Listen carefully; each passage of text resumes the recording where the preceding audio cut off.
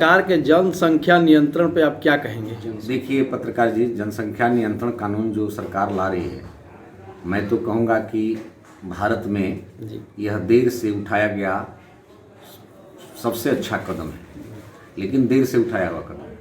देखिए एक समुदाय ऐसा, एक समाज ऐसा है, कम्युनिटी ऐसी है, मुस्लिम कम्युनिटी, जो उसमें अधिकांश लोग जो विदेशी मानसिकता के हैं, उनका मिशन जनसंख्या बढ़ाना केवल और केवल भारत के प्रजातंत्र पर कब्जा करना है।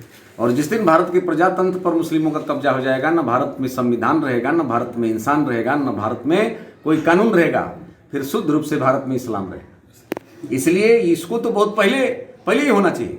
भारतो नेहरू के कायर चिंतन के कारण, डरपोक चिंतन के कारण और एकदम माने बिल्कुल अदूरदर्शी चिंतन के कारण नेहरू जी के इस देश में ये समस्या फैली है। नहीं तो ये देश में समस्या फैली ही नहीं होती। जब दो संस्कृतियों के आधार पर देश का बंटवारा हो गया, जब दो सिद्धांतों के आधार पर देश का बंटवारा हो गया 1947 में, फिर पता नहीं कौन सा नेहरू जी का चिंतन था, पूज्य गांधी जी का चिंतन था कि भारत में रहने वाले मुसलमान भारत में रह गए और पाकिस्तान के हिंदू पाकिस्तान में मार दिए गए, उसकी कोई चिंता नहीं किया।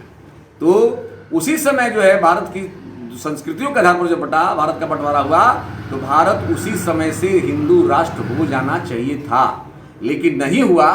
ये दुर्भाग्य की बात है। और जो भी भगवान न करे कि देश में ऐसी कोई समस्या आवे, नहीं तो जिस दिन भारत के प्रजातंत्र पर इन लोगों का कब्जा होगा, फिर भारत नहीं रहेगा, फिर भारत पाकिस्तान की तरफ से हो जाएगा, फिर इसको कोई रोकने वाला नहीं होगा। मैं तो कभी कभी कहता हूँ मनोज जी कि आए भारत के हिंदू भाइयों, जरा मन में विचार करो, यदि ईसाई को किसी कारणवश भारत की धरती को छोड़ के जाना पड़ा, तो तमाम विश्व में ऐसे देश हैं जो ईसा मसीह के नाम पर उनको रहने के लिए जगह दे देंगे। यदि मुसलमानों को भी यहाँ से जाना पड़ा, भगवान न करे, वैसे तो सब हिंदू मुस्लिम सब हमारे भारत भूमि के अंग हैं, लेकिन यदि जाना पड़ा उनको भी किसी कारणवश, तो तमाम ऐसे देश हैं जो अल्लाह अकबर बोल करके उनको भी जगह दे देंगे, कहीं रहने के लिए जगह दे देंगे। लेकिन विचार करो जरा अपने पुरखों के उस परंपरा पर, यदि हिंदुओं को यहाँ से भगना पड़ा, जम्मू कश्मीर की तरफ से भगना पड़ा, बंगाल की तरफ से भगना पड़ा, यदि देश से भगना पड़ा, तो हिंद महासागर में डूबने के अलावा कोई विकल्प बचने वाला नहीं है। हिंदुओं के पास केवल एक विकल्प होगा कि जाकर के हिंद महासागर में डूब जाओ और अपने जीवन लीला को समाप्त कर दो।